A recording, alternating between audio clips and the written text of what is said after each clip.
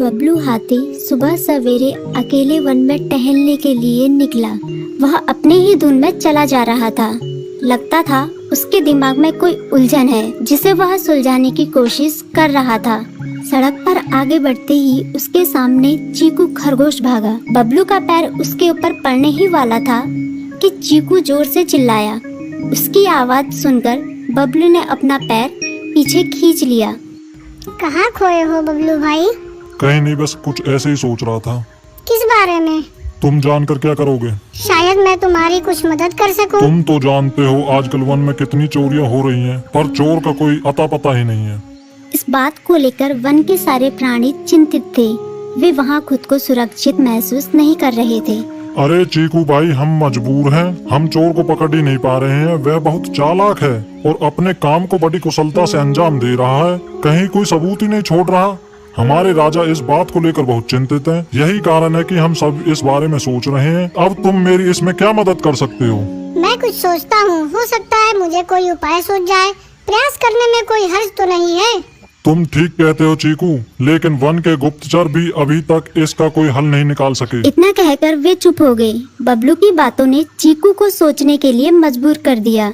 चीकू को उदास देखकर बबलू बोला, तुम अपना मन छोटा मत करो। मुझे अच्छा लगा कि तुमने मेरी परेशानी को समझा। कभी मैं भी इस वन के लिए गुप्तचर का काम करता था। एक बार मेरी टांग टूट जाने से मेरे अंदर फुर्ती नहीं रही। तब से मैंने यह काम छोड़ दिया।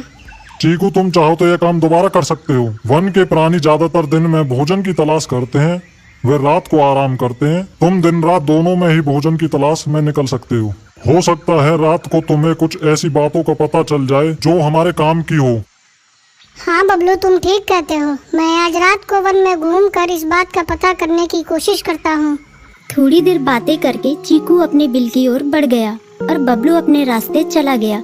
चीकू के दिमाग में अभी तक बबलू की कही बातें घूम रही थी। उसे समझ नहीं आ रहा था वह बबलू की मदद कैसे करे। दिन भर वह उसी उधेड़-बुन में लगा रहा।